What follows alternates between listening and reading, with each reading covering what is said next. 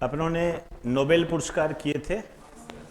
Nobel पुरस्कार के तहत मैंने उसका इंट्रोडक्शन दिया था आपको, उसका स्टैटिक पोर्शन बताया था, फिर मैंने भारत के साथ उसको जोड़ा था। फिर नोबेल पुरस्कार 2024 के तहत हमने बात की थी, उसमें मैंने 3 नोबेल आपको करवा दिए थे।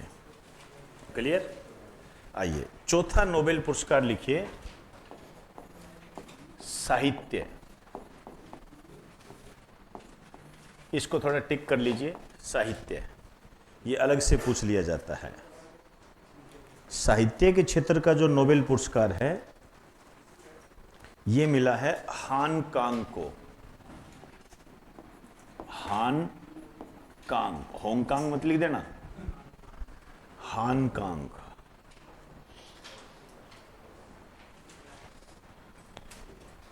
ये जो है लिख दीजिए, दक्षिणी कोरिया की लेखिका है ये।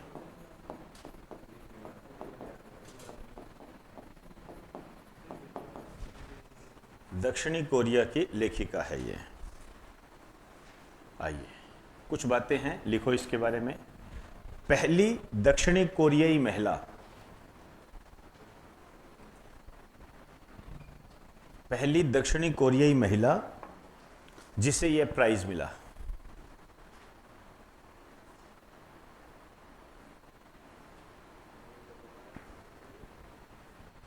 जिसे यह प्राइज मिला, त्रासदियों का बयान करने वाली, बयान करने के कारण, या ऐसे लिख दीजिए, त्रासदियों का बयान करने वाली लेखिका।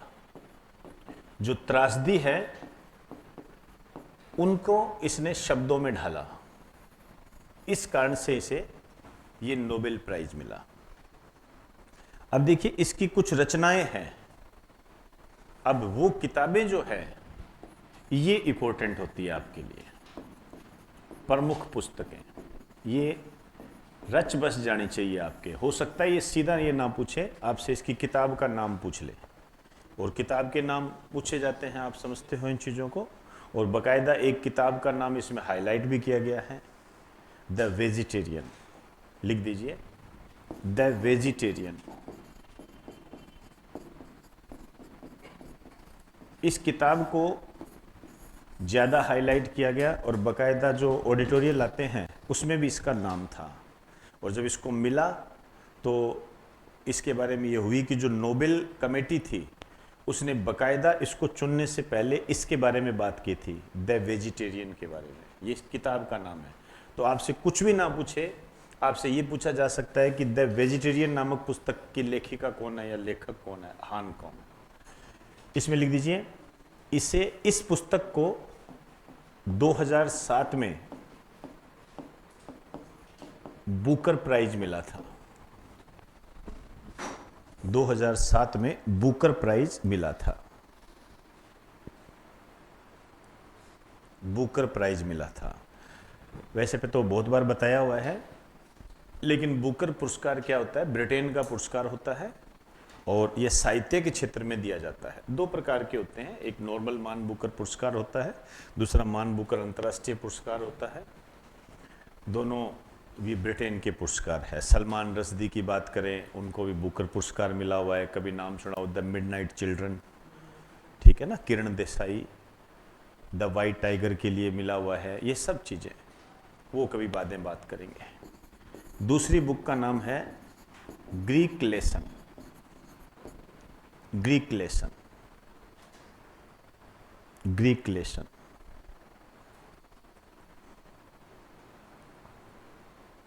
ग्रीक लेसन, ठीक। आ जाइए, ये साहित्य के, ये पूछा जाता है भाई। मैंने आपको पहले भी क्लास में कहा था कि साहित्य और शांति 2 तो आपके रच बस जाने चाहिए, और तो बाद की बात है। हालांकि दोनों और भी इंपॉर्टेंट होते हैं, लेकिन ये तो बहुत ज़्यादा होते हैं। अब जो 5वां है ये शांति का है। इसको लगा दीजिए most to most important. Most to most important किस रूप में पूछा जाएगा वो भी मैं आपको बता दूंगा।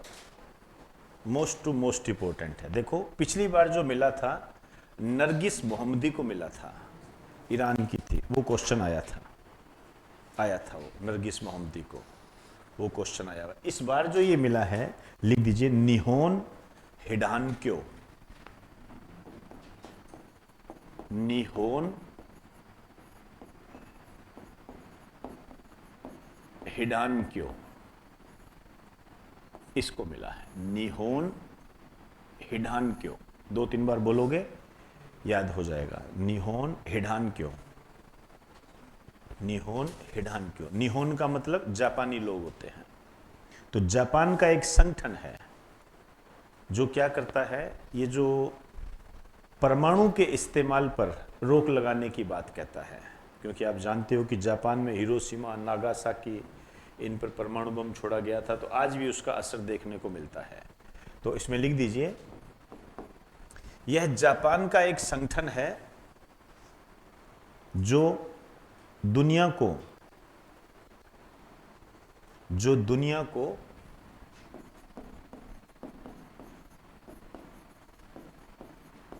परमाणु मुक्त करने के लिए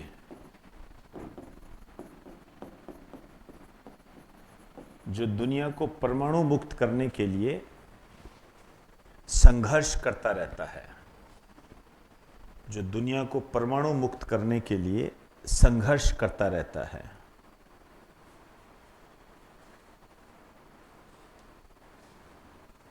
चले आइए, अब देखिए इसकी जो स्थापना हुई थी, ये इंपॉर्टेंट है, 10 अगस्त 1956 को,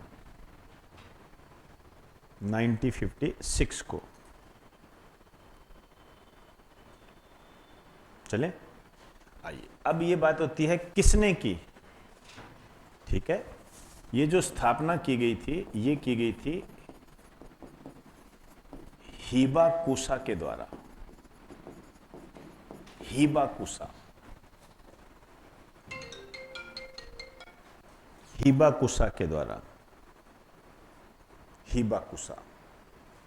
अब ये हिबाकुसा जो है, ये कोई वैसे व्यक्ति का नाम नहीं है, ये उन लोगों का समूह है जो इस बम से प्रभावित रहे। क्योंकि आज भी उनकी पीढ़ियां जो है ये प्रभावित रहती है, आज भी उनकी पीढ़ियां प्रभावित रहती है। तो इसके नीचे लिखिए, बम से प्रभावित लोग।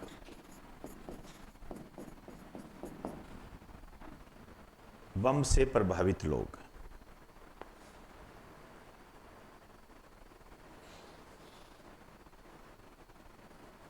ठीक है। क्या है, थोड़ा स्पष्टीकरण लिख दीजिए। लिखिए, वे लोग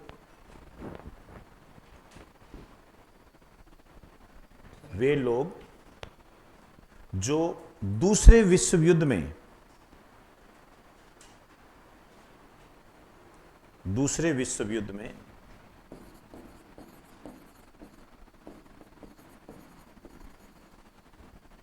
हिरोशिमा और नागासाकी, हिरोशिमा और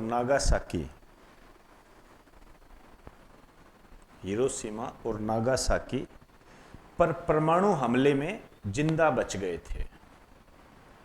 वे लोग जो दूसरे विश्व युद्ध में हिरोशिमा और नागासाकी परमाणु हमले में जिंदा बच गए थे,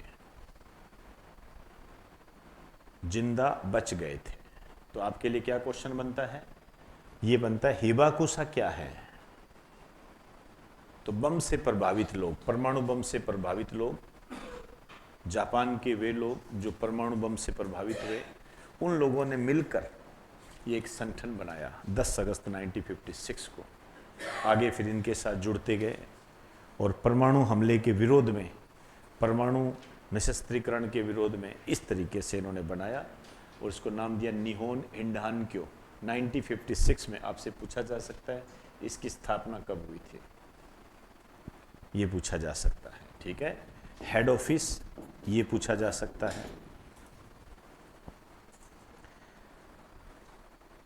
इसका जो हेड ऑफिस है, लिख दीजिए शिवानदाइमोन।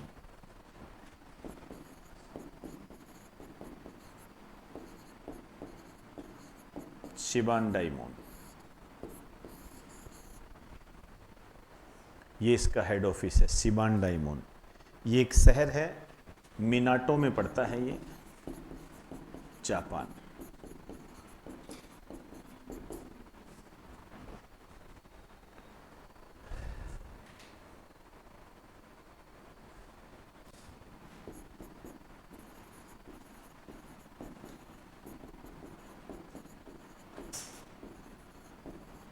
तोशियुकी मिमाकी, इसके जो अध्यक्ष हैं तोशियुकी मिमाकी, इन्होंने ये पुरस्कार लिया था। बड़ी बड़ी फोटो आई थी इनकी।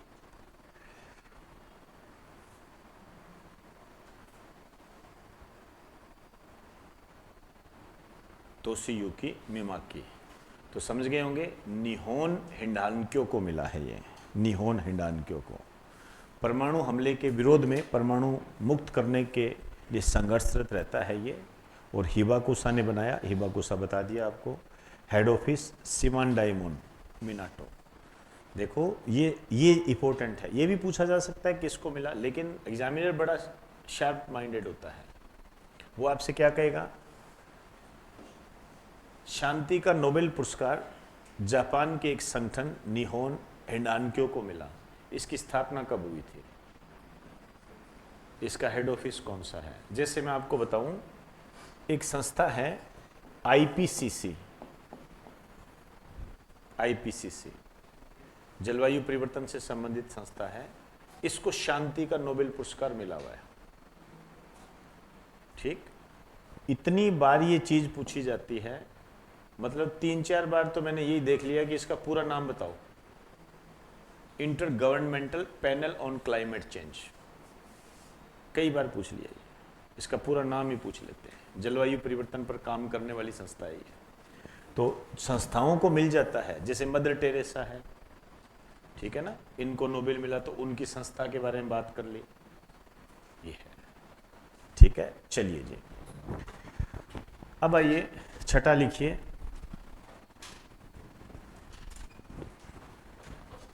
अर्थशास्त्र, इकोनॉमिक्स, अर्थशास्त्र।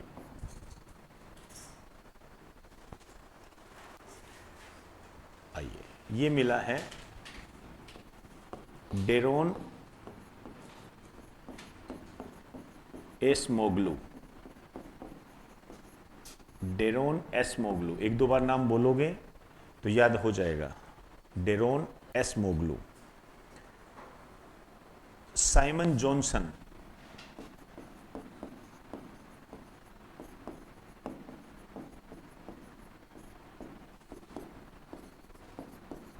और जेम्स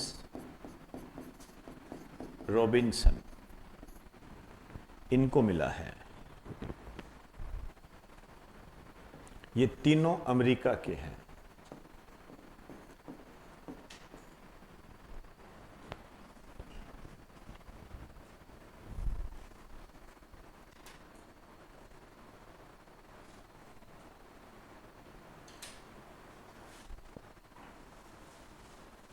आइए, इसमें लिखो इन्हें यह सम्मान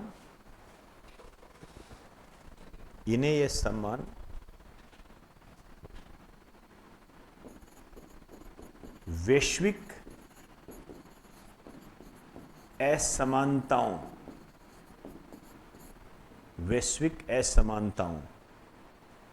में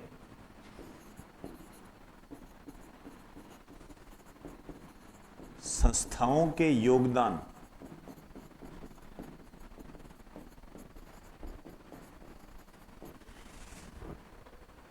वैश्विक असमानताओं में संस्थाओं के योगदान पर शोध के लिए दिया गया है, शोध पर दिया गया है। आप ये भी कह सकते हो लोगों की खुशहाली में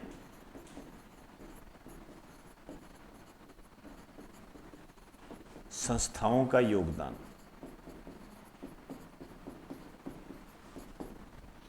लोगों की खुशहाली में संस्थाओं का योगदान।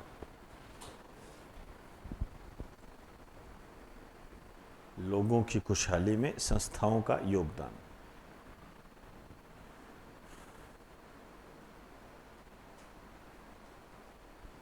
वैश्विक असमानताओं में संस्थाओं के योगदान पर शोध के दिया। लोगों की खुशहाली में संस्थाओं का क्या योगदान है? देखिए, वैश्विक असमानता क्या होती है? ग्लोबल इनइक्वलिटी, ये क्या होती है? आप जानते हो कि कोई देश गरीब होता है, कोई अमीर होता है, कोई ठीक ठीक होता है। यही चीज आप लोगों में देख लीजिए। कई लोग हैं बहुत अमीर हैं, उनके पास कोई कमी नहीं है। एक ऐसा है जिसके पास कमी कमी है, इसके सिवा कुछ है ही नहीं। एक ठीक ठीक है। कितनी असमानताएं मिलती है। अभी आप देख लीजिए, ये कहा गया कि भारत के अंदर 2020 के बाद जो अरबपतियों है, इनकी अरबपतियों की प्रॉपर्टी में दुगनी वृद्धि हुई है। और अरबपति कितने का है? हमारे यहां 1-2% है। और उनकी इनकम में दुगनी वृद्धि हुई है। मतलब यदि उनके पास 2020 में 10 रुपए थे, तो आज 2024 में उनके पास 20 रुपए है। दुगनी वृद्धि हुई अरबपतियों में। अरबपति कितने का है? 1%, 2%, 3%। अब उनमें तो दुगनी वृद्धि होगी 4 सालों के अंदर। और एक न्यूज आपने पढ़ी कि प्रधानमंत्री गरीब कल्याण अन्न योजना की अवधि दिसंबर 2028 तक बढ़ाई जाती है। क्यों बढ़ाते हैं हम? ये टारगेट पूरा नहीं होता इसलिए, लोगों के पास नहीं है इसलिए बढ़ाया जाता है। पूरा नहीं हुआ है, नहीं देंगे तो मर जाएंगे ये लोग। इसका मतलब सरकार ने इस मुद्दे पर कोई काम नहीं किया। इस मुद्दे पर कोई काम नहीं किया कि हम इस योजना को बंद करें, क्योंकि अब ये खुद कमा के खा सकते हैं। हमने ऐसा कोई काम नहीं किया। अर्थात असमानता क्या है? बढ़ती जा रही है। लगातार असमानता बढ़ती जा रही है। असमानता बढ़ने का कारण क्या है? गरीब गरीब होता जा रहा है, अमीर अमीर होता जा रहा है। ये आपके सामने रिपोर्ट अभी की 3-4 दिन पहले की है, आपको पिछले लेक्चर में करवाई भी थी। ये है, तो असमानता बढ़ती जा रही है। इन्होंने यही कहा कि असमानताओं में संस्थाओं का योगदान होता है। अब कौन सी संस्था कैसे है, डिपेंड उस पर करता है। आप देखिए, भारत के अंदर ईस्ट इंडिया कंपनी आई। ईस्ट इंडिया कंपनी आई, इंडिया के अंदर इसने एंटर किया। अब इंडिया में भी तो कंपनियां थी, इंडिया में भी तो सूती वस्त्र उद्योग वगैरह थे, सारे छोटे छोटे बहुत सारे उद्योग थे, ठीक है। लेकिन इसमें प्रभावी संस्था कौन सी रही? East India company. सभी कंपनियों को अपने अंडर में ले लिया और ये अमीर बन बैठा ब्रिटेन, भारत गरीब हो गया। अब यदि हमारे यहां भी कोई ऐसी संस्था होती जो कि महत्वपूर्ण भूमिका निभाती, तो हमें भी ये पता लगता कि हाँ भाई स्थिति क्या है, ठीक है ना। ये चीजें हैं, संस्थाओं का बड़ा योगदान होता है। कौन सी संस्था काम कर रही है, डिपेंड करती है इस पे। ये बहुत सारे देश है ऐसे, आप देखिए छोटे छोटे देश हैं, और कई देश तो ऐसे हैं जो जयपुर से भी छोटे हैं, जैसे स्विट्जरलैंड। अब जयपुर से भी छोटे, आप उसको देखिए, हर इंडेक्स में लगभग उसका टॉप 3 में स्थान होता ही होता है, नहीं तो टॉप 5 में तो मिलेगा ही मिलेगा आपको। स्विट्जरलैंड छोटा सा देश है, छोटा सा देश बिल्कुल। बस वहां क्या है, सिस्टम है, एक सिस्टम चलता है वहां पर। चलो हम थोड़ा सा ये कह सकते हैं कि हम ज्यादा हैं इसलिए हमें संभालना मुश्किल है, लेकिन वहां कम है इसलिए वो जल्दी समझ में आ जाते हैं। ये कारण आप कह सकते हो, लेकिन इतना डेवलपमेंट ये तो कम होता है। डेवलपमेंट बहुत ज्यादा है। कहते हैं वहां पर कोई ट्रैफिक रूल नहीं तोड़ता, ऐसा बताते हैं कई। आप लोग तो गए हुए होंगे, आप हंसने लग जाते हैं, यार कमाल करते हैं। समझ में आई बात सारी?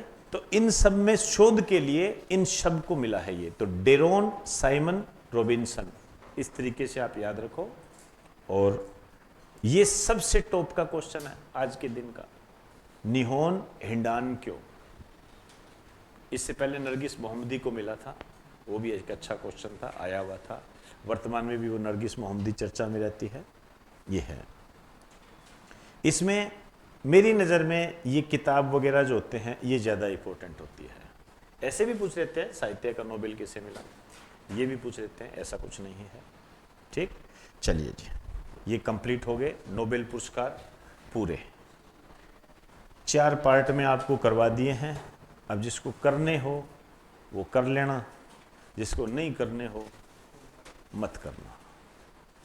हमारे पास डाटा है, जिस दिन आप आके ये कहोगे सर वो शांति का नोबेल पूछ लिया था सर, वो आपने क्लास में कराया नहीं था, उस दिन आपको मैं बताऊंगा कि क्या चीज़ होती है। एक बार आके मुझे बता देना कि सर वो आपने, और ये आते हैं ये साहित्य शांति, कुछ भी ना करे, कुछ भी विश्वास ना करो तो शांति और साहित्य याद कर लेना, ज़्यादा इन्हीं पे आता है। ठीक, चलिए।